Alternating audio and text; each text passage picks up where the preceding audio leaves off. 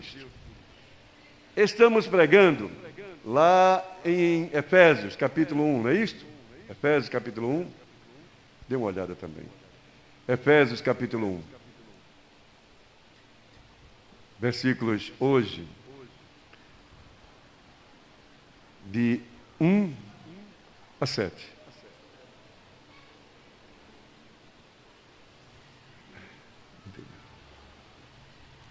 Efésios 1, de 1 a 7. Hoje, especificamente, estarei falando no versículo 7. Apenas no versículo 7. Mas vamos continuar lendo de 1 a 7. Hoje, especificamente no versículo 7.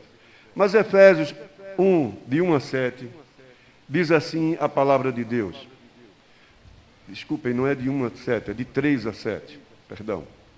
1, de 3 a 7. Bendito Deus e Pai de nosso Senhor Jesus Cristo, que nos tem abençoado com toda sorte de bênçãos espirituais nas regiões celestiais em Cristo. Assim como nos escolheu nele antes da fundação do mundo, para sermos santos e irrepreensíveis perante ele, e em amor nos predestinou para ele, para a adoção de filhos, por meio de Jesus Cristo, segundo o beneplácito de sua vontade, para louvor da glória de sua graça, que ele nos concedeu gratuitamente no amado. Versículo 7, onde estarei tomando por base. No qual, neste amado, no qual, Jesus Cristo, no qual temos a redenção pelo seu sangue, a remissão dos pecados, segundo a riqueza da sua graça. Temos falado nesse texto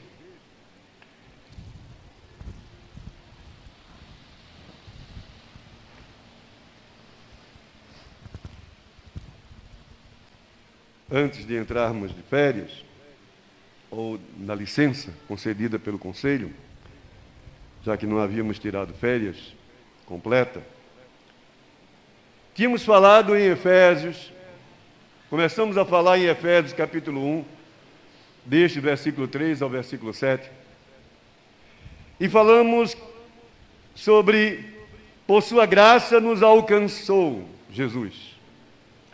Por sua graça nos alcançou Jesus. Pela riqueza da sua graça, fomos alcançados. Mesmo em pecado, como vivíamos.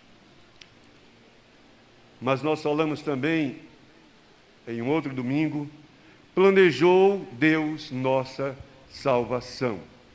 Planejou Deus nossa salvação. Ele foi morto, como diz a palavra em Apocalipse, capítulo 13, 8, desde a fundação do mundo. Hoje, queremos falar para a igreja que Deus nos salvou por sangue derramado de Jesus. Deus nos salvou por sangue derramado de Jesus. O texto diz: temos a redenção pelo seu sangue, a remissão de pecados. Irmãos, pelo seu sangue, a remissão dos pecados. Houve a cada homem e cada mulher em seu pecado. Eu não canso de falar, e falaria talvez o ano todo, porque é uma mensagem viva e poderosa sobre o sangue derramado de Jesus na cruz do Calvário. E eu não me canso de falar que o sangue de Cristo é o único meio pelo qual o homem e a mulher em seu pecado pode ser lavado, pode ser purificado. Não é a nossa força intelectual, de sabedoria humana, de capacidade humana, não é o nosso tempo de conversão quando dizemos que somos cristãos e passamos a viver o cristianismo. Não, não é o dinheiro que temos, a cor, a posição, o estado, o status, não são as obras, mas é o sangue de Cristo, a única forma, o único meio, a única maneira de encontrarmos purificação para o nosso pecado. A única. E não podemos deixar de falar isto. Foi a morte de Cristo na cruz do Calvário e o seu sangue derramado na cruz do Calvário que purificou você. Lá na nossa, quando vivíamos lá no sertão, que alguém, eu não sei se aqui é assim, lá no sertão, quando alguém não prestava, dizia: ei, alma cebosa. Eu não sei como é que vocês dizem aqui.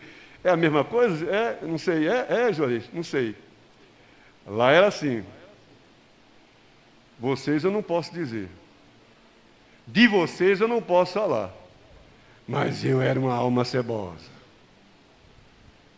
Imunda. Precisava ser lavado pelo sangue do Cordeiro. Eu não sei vocês. Mas se o sangue de Cristo não fosse derramado por minha vida, na minha morte, eu iria para o inferno. Pastor, como você, um calvinista, crê dessa forma, que se não fosse o sangue de Cristo, você iria para o inferno? Porque se eu não sou um eleito, porque se eu não sou um chamado de Deus, não terei nenhuma oportunidade de crer e ser purificado. Fato. Bíblia. E não tem como negar. Como não tem como negar que o eleito é salvo exclusivamente porque o sangue de Cristo foi derramado na sua vida. Duas coisas que andam lado a lado. E não tem como separar. Não tem como separar. O pecado, ele é destruidor. O pecado destrói a família. Porque o homem e a mulher em adultério destrói a relação. O pecado destrói o indivíduo que se acha livre em sua libertinagem, em busca de prazeres, seja sexual, seja por meio das drogas, seja por causa da violência, seja qual for o prazer de sua vida, seja qual for a sua inclinação de malícia, de maldade, o pecado é destruidor. O pecado destrói o indivíduo. Como disse, o pecado destrói a família. O pecado destrói a história da humanidade. Porque foi este pecado que nos levou à condenação. O pecado é destruidor. Toda a Bíblia fala do pecado, do arrependimento e do perdão. A Bíblia diz que você é pecador, que o homem é pecador, que a mulher é pecadora. Mas a Bíblia diz que o homem e que a mulher têm a oportunidade de se arrepender, de mudar, de ser transformado. E nessa transformação, neste arrependimento, nessa mudança, ele é perdoado. Não existe bonzinho. Existe bom Deus que nos perdoa. A Bíblia diz em Romanos capítulo 5, versículo 12, todos nós conhecemos que a morte passa a toda a humanidade por causa do pecado. Você era um morto-vivo. Eu era um morto-vivo por causa do pecado. Eu caminhava sem vida, porque não tinha nenhum laço de relação com Deus. Nós éramos assim, a humanidade está caminhando de passos largos à morte em seu pecado. Seja qual for, digo e insisto, a sua inclinação, mas é no seu pecado que ela caminha de passos largos à morte, porque ele é destruidor. O pecado. O pecado leva o homem a violar a ordem moral e espiritual com a pessoa de Deus. O homem em pecado, ele está violando a ordem moral de relacionamento entre ele e Deus. A ordem espiritual entre ele e Deus. Há uma quebra, o pecado quebra esta relação deste homem com Deus. E não existe maior ou menor pecado, existe pecado que quebra, seja matar alguém e seja mentir ou roubar, seja viciado nas drogas ou viciado na Coca-Cola. E não estou fazendo nenhuma propaganda contrária à Coca-Cola, porque eu também tomo Coca-Cola. Mas existem duas coisas distintas. Em você tomar o seu café e não poder viver sem o café. E tomar 1, 2, 3 garrafas, como já tomamos, né, Fátima? E um dia entendemos, opa, aqui está sendo um vício. Opa, calma aí. Sabe, irmão? Não existe diferença em você. Olha, presta atenção. Não existe diferença em você adulterar. Olha, mas não é não. Não existe diferença em você adulterar, trair tua esposa ou esposo, ou em você ser mentiroso, não ser transparente com seu esposo, não ser transparente com a sua esposa. Não ter nenhuma intenção de resolver as tuas dificuldades, o teu distanciamento. Sabe? Os disparates entre você. Não tem. Não tem diferença em você olhar uma garota passar e seminua, ou você ir para uma televisão e assistir um filme pornográfico. Em você assistir um filme pornográfico e em não conseguir tirar da sua mente o corpo de uma mulher ou de um homem. Pecado é pecado, é destruidor. Ele quebra a relação do homem com Deus. Do homem com Deus. Não existe grande mentira que leva ao inferno e pequena mentira, não existe. Existe mentira. Mentira é mentira. Falsidade é falsidade, injustiça é injustiça. O pecado é a falência da obediência do homem à ordem de Deus, através da sua palavra. No quanto mais o homem deixar de ouvir, deixar de procurar entender e seguir a palavra de Deus, ele está entrando em falência. E não adianta todo o ajuntamento de seu dinheiro, se ele não for obediente à palavra. Ele entra em falência, porque o pecado é destruidor. Romanos, capítulo 3, versículo 23, diz que o pecador foi destituído da glória de Deus. Já devo ter falado isso mais de uma vez aqui. Destituído, ou seja, o pecado esvazia o homem de Deus. No quanto mais você viver o seu pecado, mais vazio você ficará de Deus. Vazio. Aí vamos entender vazio. Torna o homem murcho, seco. O pecado enfraquece o homem. Torna a vida do homem um verdadeiro estado de secura, seco, vazio de Deus. É isso que ele está dizendo. É isso que Paulo está dizendo.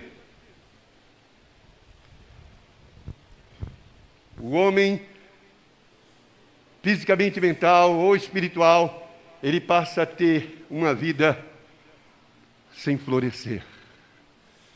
Porque o pecado destrói, o pecado é destruidor e esvazia o homem de Deus. O homem pecador não possui beleza, não possui formosura e não possui aproveitamento. Nada dele se aproveita. Nem o dinheiro dele presta. Porque o homem em pecado, destruído, é podre na sua raiz. O homem e a mulher, digo eu. Podre.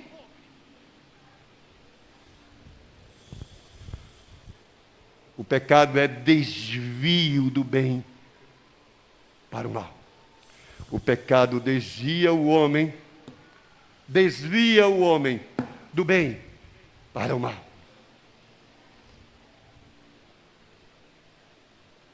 Desvia o homem. O pecado é a falta. E aí comecei a estudar mais e pensar e refletir. E irmãos, e no quanto mais eu refletia, eu chorava com Deus. Vocês pensam que eu estou aqui metendo ripa nos irmãos? Está rasgando comigo hoje, né, pastor? Não! Começando comigo. Porque se a palavra não funciona na minha vida, essa palavra de homem. E eu chorava com Deus, Senhor, é isso aqui, Senhor, oh, Senhor, que coisa boa, Senhor, Tu é misericordioso, oh, Senhor. Tem pessoas que a palavra entra e sai, e ele continua com o coração ou inchado ou seco.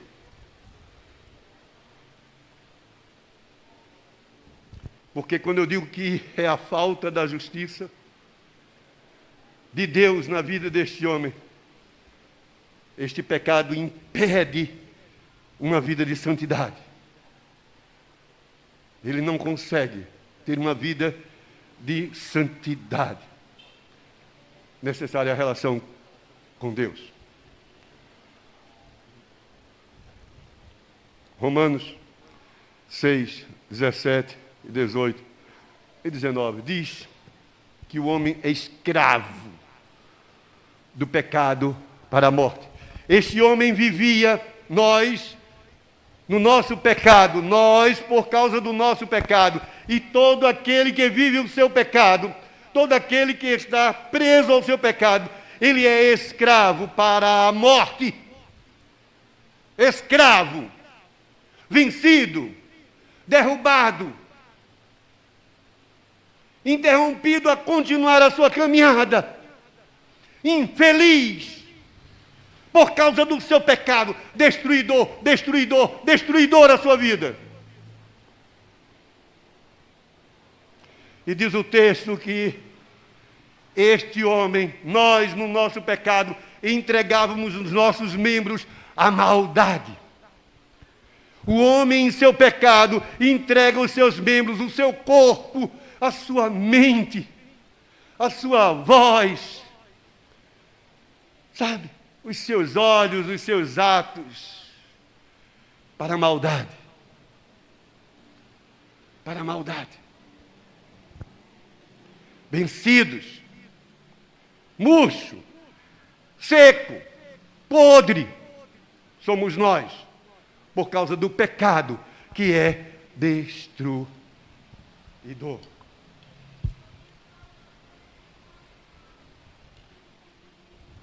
O pecado não é bom de ser vivido, irmão. Eu dou discipulado, mesmo nas férias continuei dando meu discipulado. Preferi não parar. Só quando eu não posso é que eu peço, não dá certo. E uma dessas vezes, e já várias vezes, já devo ter pregado aqui, E a gente diz assim, alguns indivíduos, alguns crentes de algumas igrejas, talvez espiritualmente mais elevado, não sei, dizem assim, olha, aí a pessoa está lá bebendo, ou bebia, o seu uísque, ou sua cerveja, ou sua cachaça, sei lá. Ou a pessoa estava vencida pelo sexo, um jovem. Fornicação, não sei. Ou a pessoa estava vencida pela mulher que tentou investir na vida dele e destruiu seu casamento, seu lar, e vice-versa. Aí a pessoa diz, olha, sexo é ruim, jovem. Não, é mentira. Sexo não é ruim. Aí diz para a pessoa que tomava o seu uísque e gosta, ou toma e gosta, ei, para com isso porque isso é ruim. Não, não. Ele está tomando porque ele gosta. Ele está tomando porque ele gosta. Não ande com essa arma. A arma é ruim. Não, a arma é ruim, Luciano, para você? Em Lima, a arma é ruim para você? São policiais. Juarez, a arma foi ruim enquanto tu trabalhou? Não, são policiais. A questão não é isto. A questão é o que estamos fazendo daquilo que estamos fazendo. Bem redundante assim. O problema não está no gosto do uísque, mas o que o uísque leva? Ao que o uísque leva? O problema não está em ter uma arma, em ser um policial. Se ele tem que usar, ele tem que usar. Porque eu dizia hoje, se eu não me engano, para Luciano, você está aqui não é para causar medo como policial, foi alguma coisa, eu não me lembro mais como foi, mas é para trazer segurança. O policial, ele existe para isso, para trazer segurança. O problema não está na arma. O problema não está em ter uma televisão e assistir um televisor, mas o que estamos fazendo dos filmes, na nossa liberdade. O problema não está em estudar, em querer ter dinheiro, mas o que estamos fazendo na nossa liberdade e dos nossos estudos e das nossas conquistas. E aí é que está. Por que tu não toma uísque, Ricardo? Porque não tem sentido. Eu não preciso do uísque para ser feliz, para me alegrar, para ter gosto, para ter prazer. Eu não preciso. Eu não preciso voltar a tomar cachaça para ter gosto da minha vida, prazer, felicidade. Eu não preciso. O que eu faço da minha liberdade vai gerar um pecado destruidor à minha vida. O problema não está em namorar, jovens. Mas o que é que eu estou fazendo quando eu estou namorando? Como eu estou me relacionando com a minha namorada? Estou indo para a cama com ela? Ou estou namorando com respeito e ela com respeito comigo? Pastor, não diga essas coisas. Que coisa feia. Coisa feia! Coisa feia é cometer o pecado. Destruidor é praticar o pecado, irmão e irmã. É não alertar. É não se fazer entendido da gravidade do pecado. Isso sim. Sabe? Uma certa vez alguém dizia assim, um oficial, não foi aqui, lógico, não diria isso se fosse aqui, há algum tempo, pastor, quando o senhor pregar, por favor, não fale assim em sexo, não fale em o jovem fazer sexo, os meus filhos estão na igreja, enchi assim o peito, eu me sinto assim constrangido. Pois, irmão, irmão, tu sabes que o teu filho, eu estou conversando com ele por causa da tua esposa que me pediu, e ele está na prática da masturbação? Tu sabia disso? Não. É muito fácil, sabe, irmão? Mais fácil ainda é o pecado e não procurarmos corrigir em nossa vida, porque ele é destruidor, ou na vida da nossa família, porque ele é destruidor. Seja qual for a prática, diz o texto, novamente eu quero insistir nisso. Ele mata o homem na sua relação com Deus. Então o pecado não é bom de ser vivido. Mas o texto também nos ensina outra coisa. Ele nos ensina sobre o homem remido. Tanto pecado, tão destruidor que é, mas e o homem remido? Quando falamos sobre o homem remido, Isaías 59, versículo 2, diz que o pecado nos separa de Deus, impedindo que o Senhor aceite nos ouvir. O pecado é isto. Ele causa danos na nossa vida e Deus passa a não aceitar conviver com este homem, com essa mulher. Deus não convive, Deus não vai andar com você de mãos dadas, você em pecado, mas eu sou um presbítero, não interessa. Deus não vai andar de mãos dadas com você em pecado, mas eu sou um pastor, não interessa. Mas eu toco aqui, eu canto aqui, não interessa. Eu sou o melhor dizimista, não interessa. Deus não vai andar com você de mãos dadas se você continuar vivendo o seu pecado. Porque Ele quer vida de santidade. E todo o trabalho dele, já falamos isso na última mensagem, em seu planejamento, é para que o homem encontre esta santidade, esta reconciliação, ele possa retornar a Deus. A remissão do homem é o retorno do homem a Deus. A remissão do homem é este homem que precisa retornar a uma relação íntima com Deus. O homem em pecado, ele precisa retornar a viver em comunhão com Deus. O homem precisa ser posto de volta no caminho de uma relação com Deus. E Deus entendeu isto, porque este homem não tinha como manter uma comunhão com Deus. Você sabe como é quando pecamos. A gente fica incomodado, triste, angustiado, nada começa a dar certo. Ou está tudo bem. Deus não está muito preocupado com isso, não. São dois extremos. O pecado destruidor precisa ser tirado deste homem, arrancado deste homem, e ele posto de volta ao caminho. Ele precisa ser curado. Tito diz lá no capítulo 2, versículo 14, que Jesus Cristo se entregou a si mesmo por nós, para nos remir de toda a maldade. Cristo se entregou por tua vida, para que pudesse trazer você de volta da tua maldade para a bondade de Deus. Eu não preciso disso. Precisa! Deixa de ser besta. Precisa! Precisa! Porque se vivemos no pecado, estamos vivendo a destruição da nossa relação com Deus. Precisa! Vamos começar a olhar mais para o espelho e dizer: Senhor, eu estou errado aqui, ó. É essa a minha tendência, ó, é esse meu gosto, tá? É este meu prazer, é esta a minha prática de vida. E eu estou errado, Senhor. É preciso ter mais coragem. Sabe?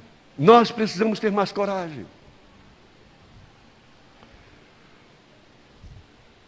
Deus propõe em seu coração remir, curar este homem. E ele diz lá em 1 Pedro, capítulo 2, versículo 24, que Cristo, carregando Ele mesmo em seu corpo, sobre o madeiro, os nossos pecados, por suas chagas, fostes sarados. A tua doença espiritual, sabe? O que está acontecendo, talvez com a tua vida, talvez com a minha vida, com a nossa vida, no dia a dia, de descaso, de conserto com Deus, nesta nossa relação com Deus, ela precisa ser curada. E não tem oração, e não tem reza, não tem jejum, não tem vigília que dê jeito se você não se arrepender. Pode orar deitado, se espojar, passar o dia todo na igreja, jejuar 10 dias, mas se você não se arrepender, se for só religiosidade, não for o efeito do teu arrependimento, o resultado do teu arrependimento, tu continuarás doente, enfermo. Não tem oferta, não tem dízimo, não tem cântico, não tem nada, não tem pregação, não tem batina, não tem nada. Se não houver arrependimento, o homem continuará sendo destruído pelo pecado e continuará podre, murcho, seco, doente.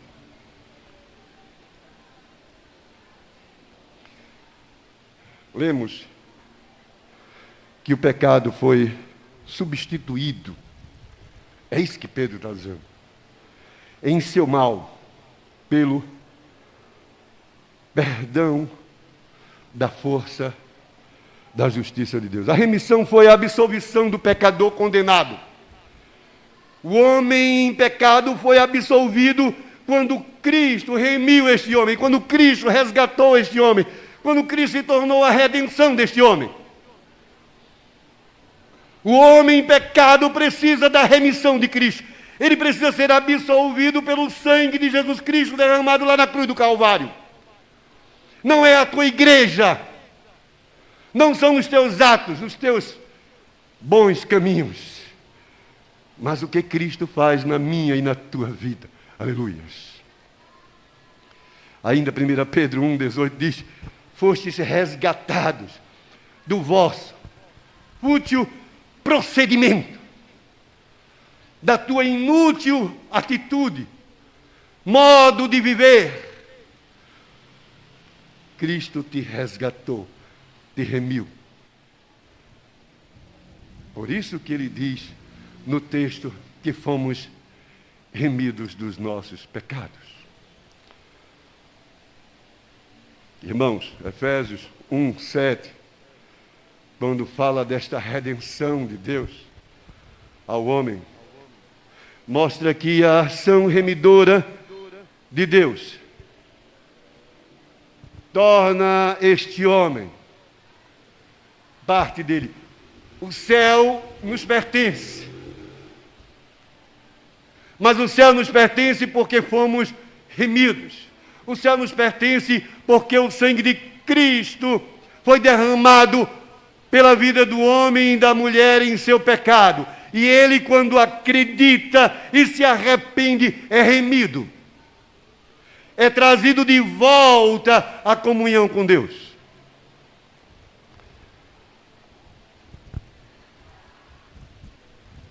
A redenção, a remissão e o sangue de Cristo. É por ele que temos a vida eterna. Por isso que estamos aqui.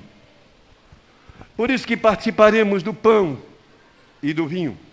Do pão que simboliza o corpo de Cristo, entregue na cruz do Calvário. Do vinho que simboliza o sangue de Cristo, derramado para remir nossas vidas. Por isso estamos aqui. Por isso ele diz lá em Mateus, capítulo 28, que o vinho, isto é o meu sangue, simbolicamente, isto é o meu sangue, o sangue da aliança, derramado em benefícios de muitos, não de todos, de muitos, mas não de todos, dos que creem, dos que foram chamados para acreditarem, dos que foram chamados, eleitos, predestinados para acreditarem. Ah, mas como é que eu vou saber que eu sou? Porque você crê. E como é que eu vou saber se o outro não é? Porque não crê. Porque se ele crê, é. Ah, mas eu tenho liberdade de escolher. Ninguém tem liberdade de escolher. A liberdade que temos é de crer. A liberdade que temos é de aceitar. o que Ele propõe que façamos, creiamos. Simples. Mas é o sangue, o preço.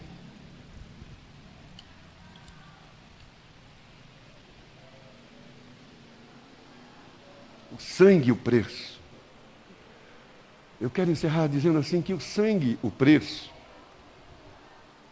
é entendido quando lá em Atos capítulo 20, versículo 28, ele diz que comprou você pelo sangue do Filho unigênito. É isso que está dizendo lá, o versículo 28. Você foi comprada pelo sangue de Jesus. Eu disse lá atrás, eu não prestava. Não posso dizer isso de vocês, mas posso dizer de mim. Eu não prestava. Com respeito ao céu, eu, Ricardo, era um imprestável. Não tinha capacidade nenhuma de escolher Jesus. Mas Ele achou por bem. Ele. E eu sou grato por isto de comprar a minha vida com o preço do sangue de Cristo. E nenhuma outra religião, nenhum outro indivíduo, nenhuma outra ação tem este poder, a não ser Jesus Cristo, de comprar a vida do pecador. Por causa do pecador, do pecado que destrói. Aleluia. Sabe, meu irmão e minha irmã? E ele completa lá em Apocalipse, quando ele diz no capítulo 5, versículo 9, que Cristo, com o seu sangue, comprou para Deus homens, mulheres, pelo seu sangue, Ele te comprou. E aí remiu você, absolveu você, trouxe você de volta ao seu convívio. Aleluia. Aleluia. O teu pecado foi negociado por Cristo na cruz do Calvário. O teu pecado não é a tua vontade, não foi o teu querer, não foi tua escolha. Foi Cristo. Foi Cristo. Foste comprado, foste remido. Por isso estamos reunidos nesta noite. Remidos pelo sangue, enriquecidos pela graça. Deus nos alcançou por plano de nos salvar, fazendo isto pelo sangue de Jesus, o seu Filho. Meu Deus e Pai, o que é que eu te peço? Que nesta noite, os que aqui estão,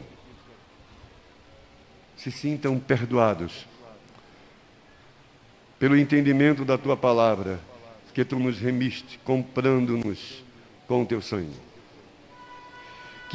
Que seja uma noite de decisão, uma noite de decisão onde creiamos, passemos a acreditar neste Cristo como nosso Salvador,